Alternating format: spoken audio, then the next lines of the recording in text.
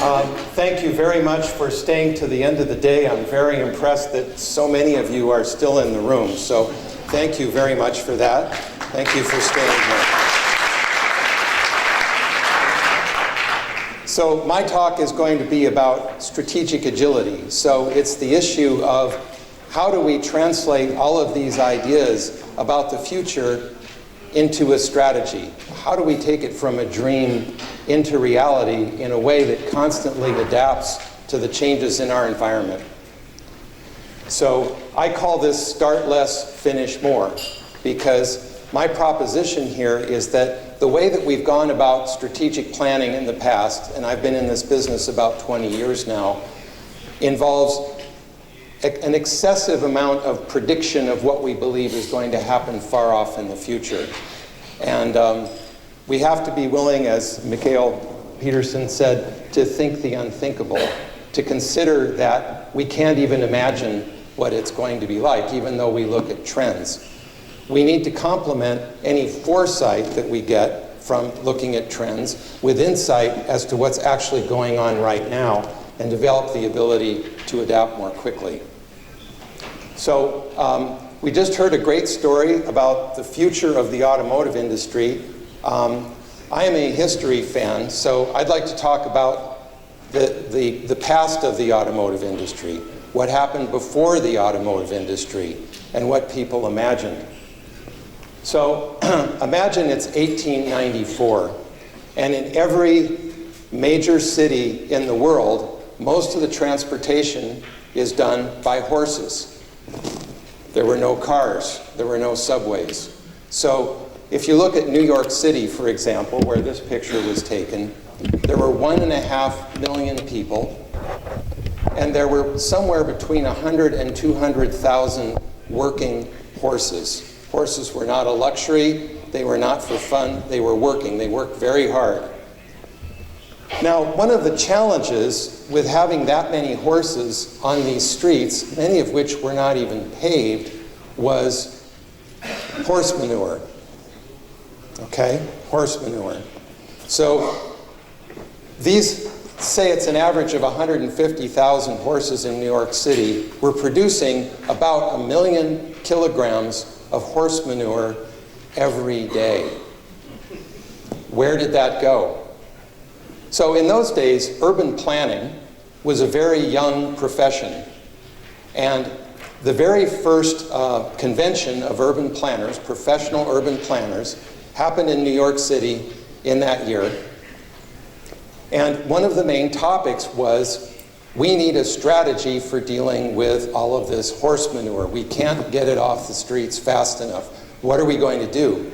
And one individual who'd studied the problem, who'd looked at growth rates, presented a chart in which he said, if things continue at the same rate that they're going today, by the year 1920, the island of Manhattan in the middle of New York will be 3 meters deep in horse manure. So we need to do something about it before it gets that bad. So they got together and had this convention. It was scheduled for 10 days, and after 3 days, it broke up because they couldn't find any solutions, and they just got frustrated and went home. So this was an interesting case, because by 1920, there were not 3 meters worth of horse manure in the streets of Manhattan. In fact, there was no horse manure at all. What had happened? What the planners had missed was what we call a weak signal. Okay? What was going on at the same time that these experts were not paying attention to was, they knew about automobiles. Carl Benz in Germany had been making automobiles for 10 years at that point, but they were a luxury item. So they weren't all that common. But in the meantime, a young 30-year-old man named Henry Ford, who had a job as an engineer at Detroit Edison, generating electricity, spent his spare time in his garage building cars. Nobody knew who Henry Ford was. He was a nobody. He wasn't on the radar. And nobody invested any money in him until 1899. So he took this money and developed something he called a Model A. And he went bankrupt. He reincorporated his company, picked himself up, started all over again, and eventually came out with another car called the Model T in 1908. And between 1908 and 1927, they sold 15 million of these. So that completely changed the game. So the problem of horse manure was never solved by strategic planning, by trend analysis. It was something that had not been predicted. So I just want us all to think about that, because we've heard a lot of trends today, and I think that's useful to pay attention to those things because it gives us foresight. We can start recognizing things when they change, but you need to complement foresight with insight. So insight is when you actually see what's really happening on the spot, and then you can adapt to it really quickly. So this is what we call strategic agility. So one of the problems with adopting this kind of attitude is that, let's be honest, most of us really hate uncertainty. We want to know what's going on. We want to be able to make plans, particularly if you work in the strategic planning business. If you're in a leadership position in a big company, you're expected to have some answers about where things are going and what you're going to do about it. It's often unacceptable to just say, well, I don't know. So what I'm saying here is you don't have to just say, I don't know. What you need to do, though, is instead of believing that you quickly need to find an answer, what you need to do is develop a leadership style of asking powerful questions instead, and working collaboratively with all of your team to start finding the answers. So this becomes a big change from the way that we've done strategic planning in the past. So I'm going to tell you another story here. So this is a map that was drawn in 1565 by an Italian who lived in Venice, which was the headquarters of map making at the time, I hear. And so this was a map of the known world in 1565. So if you could see the detail, you'd see that probably a lot of the detail on the coast of your country here was pretty well known at that time. People had been sailing and building maps for a long time. But I want to zoom in on the part of the world that I live in. So this is really interesting. There's a few features here. That's pretty realistic, the Eastern Caribbean. A lot of this is, frankly, it's a hallucination. There were stories. I think there's a couple of sea monsters on here somewhere.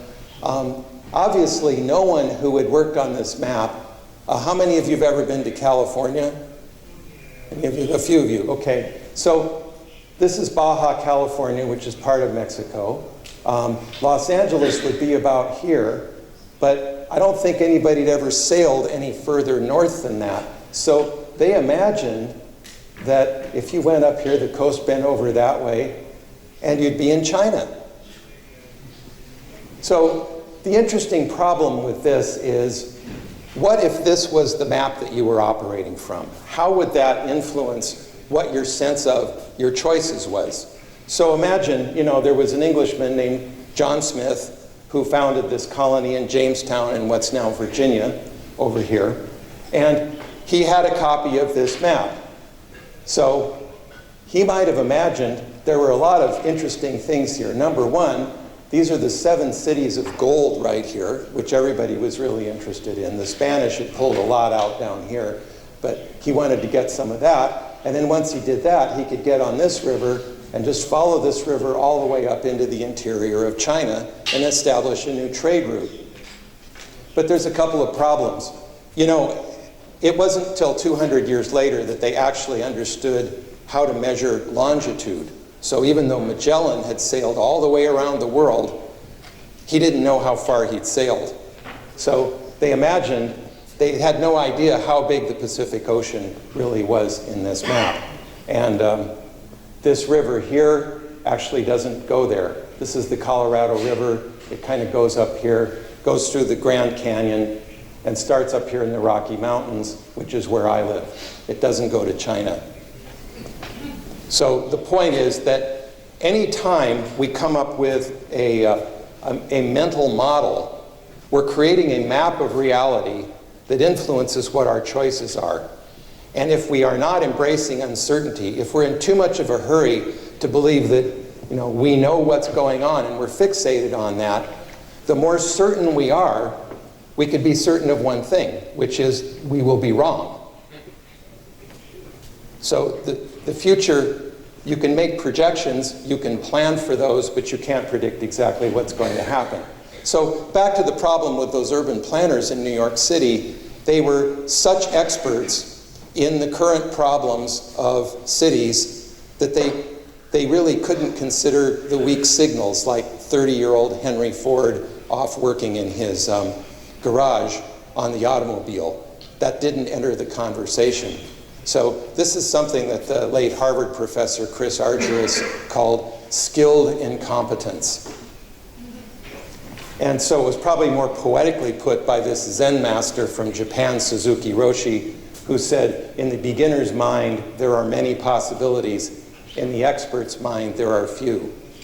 So how can we bring more of a beginner's mind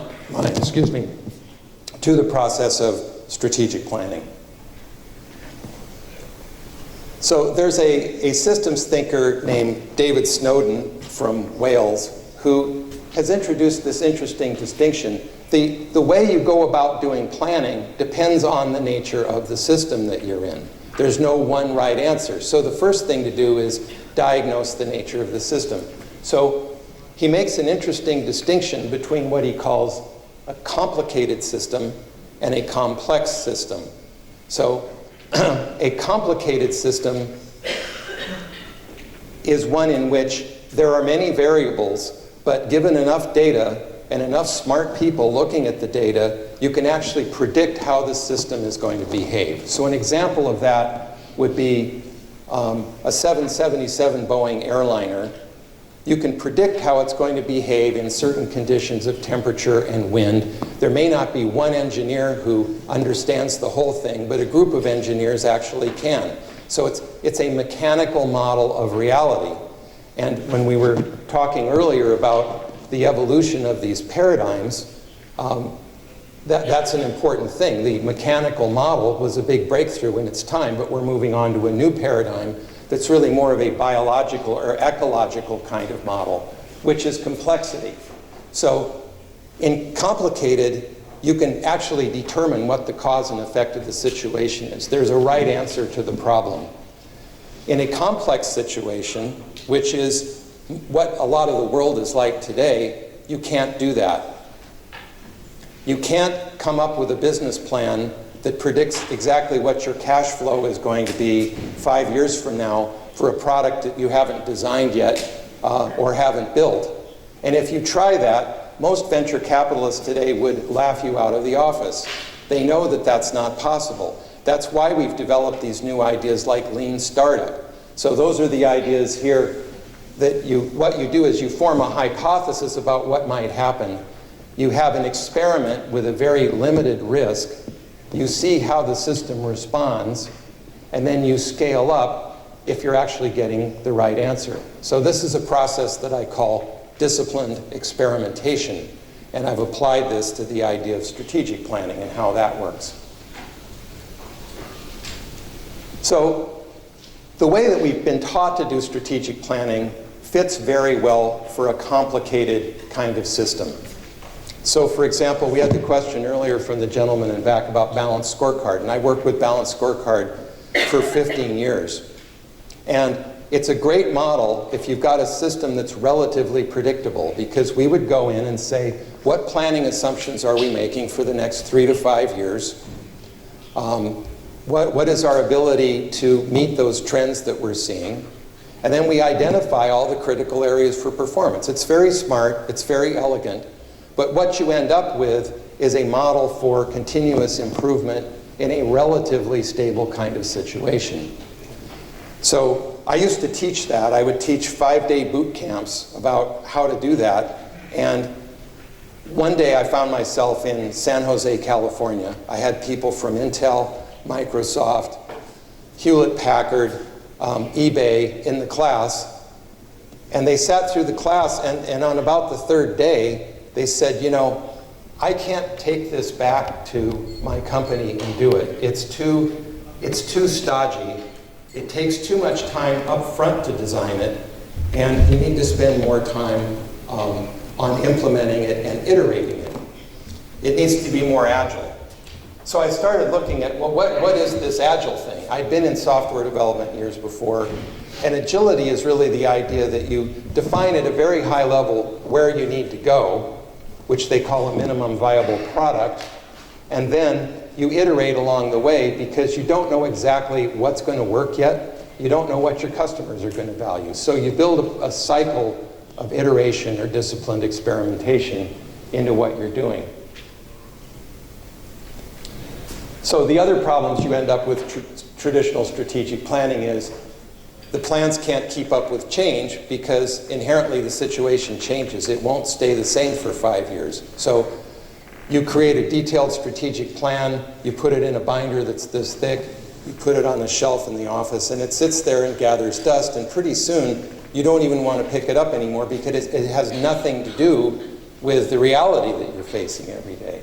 The other thing that often happens is you get the consultants and the senior leadership in a group who are people who are thinking long-term. That's all very good. But if you don't get a lot of people involved who are really close to the customer, you might miss a lot of those weak signals. Someone who would have said, well, what about this guy Henry Ford who's patenting this? How would that change the horse manure problem? The experts of the day didn't consider that. And finally, the third problem is we tend to get very excited, especially if we go to an off-site retreat and we're thinking about the future. I've done a lot of these. And you come up with a long list of initiatives and then you fund them so you know what project you're going to be working on 4 years from now. But by then, it might not be such a good idea. So those are some of the problems that we're trying to overcome with this more agile approach to strategy management.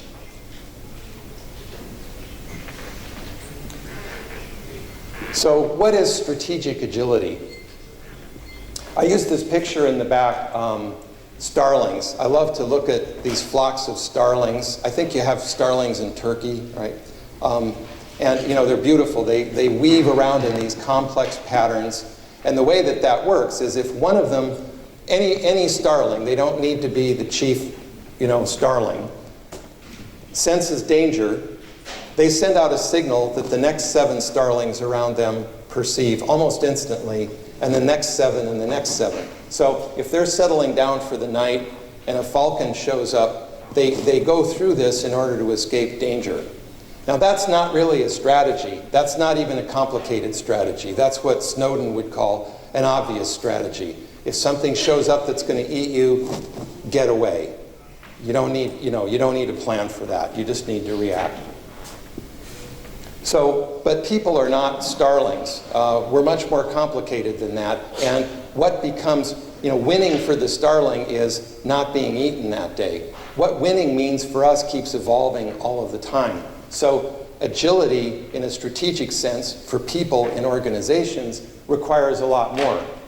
There's responding to disruption and change, which is like responding to the falcon. But at the same time, you've got a value proposition to your customer. You may have mandates if you're a government agency. You have a purpose and you have a vision that you're trying to fulfill. So within that larger strategy, which I call a minimum viable strategy, like a minimum viable product in the Agile world, you define where you're going, the visionary elements, but then the way that you implement it is actually very flexible. It could literally change every quarter. And what that does is enable the entire organization to learn rapidly. So strategic agility looks like this. There have been a number of academics who've studied Agile organizations, and it's very simple to define what an Agile organization is. It's adaptive. It responds to change over time. It doesn't mean being the biggest and the baddest organization. It means that you can adapt, because a lot of organizations, as we know, that were really strong a few years ago, someone mentioned Nokia, they're out of the cell phone business altogether. So the strategic awareness has to be spread throughout the whole organization very widely. So you need regular kinds of routines in order to detect the disruption and change. You need the kind of routine that would have brought the awareness of Henry Ford into that discussion about horse-drawn transportation in New York City. That comes from healthy dialogue. You have to have a high level of trust and ability to have open conversations, to bring up a half-formed idea without someone saying, well, you don't seem to know what you're talking about because you're just asking a question. I want answers. I had a boss once that would say that. He would say, don't come to me with a problem, come to me with a solution, which sounded very bold and macho at the time, but actually was kind of dumb. Often we have problems that we need to define the problem first, and we can't do that by ourselves. We need, in order to challenge our mental models, we need to share our perspectives with other people. And then it goes into this process of disciplined experimentation. So I'm just going to describe briefly the stages of that and wrap it up. I know you've all been here for a very long day. The key engine for strategic agility is this idea of objectives and key results. This is something that came out of Silicon Valley. So there's a lot of similarities with Balanced Scorecard. I know we spoke about, any of you others worked with Balanced Scorecard before? Understand what that is? Okay. So the key molecule of a balanced scorecard is you set an objective and then you say, how am I going to measure that objective and what's my target over some period of time? And then balanced scorecard puts it in this 4 perspectives and does all of this. So it's really the same idea, but instead of having a dozen of these long-term continuous improvements, we set these every quarter. And we design the objectives in a way that they sound more fun.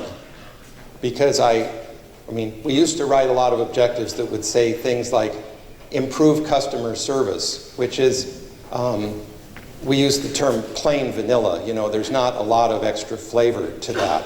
So a more fun way to say that might be, we're the social media department, let's say at this resort that I've been working with, and we say, we're going to create an awesome website that makes it irresistible for guests to sign up for a week when they see it. So that's an objective. You want it to be fun, you want it to be inspiring, it's qualitative. The key result is how you're going to precisely measure. So that's where we get the discipline to this thing. So in a case like that, you might say, well, we're going to set a target for our click-through rate, we're going to set a target for how long somebody stays on a page, and we're going to see how many visitors to the site convert to being guests. So it's not enough to say we're going to have an awesome website. We have to define what awesome actually means. So that's the idea of OKRs. So the idea is that they're set more frequently. Depending on the pace of your industry, you might set these at the top level once a year. It might even be less than that. A lot of organizations I've worked with will do that for a year, but then all of the teams within that organization do things that align with that, but they do it quarterly. So this is a bit of a challenge because often, you don't know how much you're going to be able to get done in a quarter, but you know whether you got there or not. So it's okay to set stretch goals.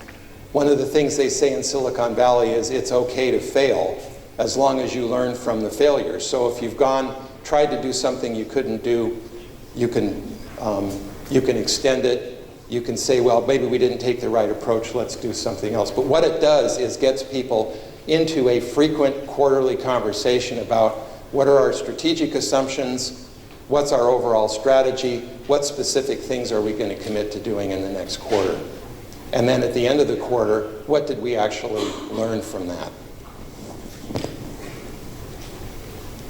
So OKR is something that was really made most famous by Google. There's an 82-minute video on YouTube by a Googler named Rick Klau, K-L-A-U. It's an 82-minute video, and he's just standing there talking to a group of entrepreneurs that Google is invested in. It goes on for 82 minutes. Did I mention it's 82 minutes long? And 500,000 people have watched this.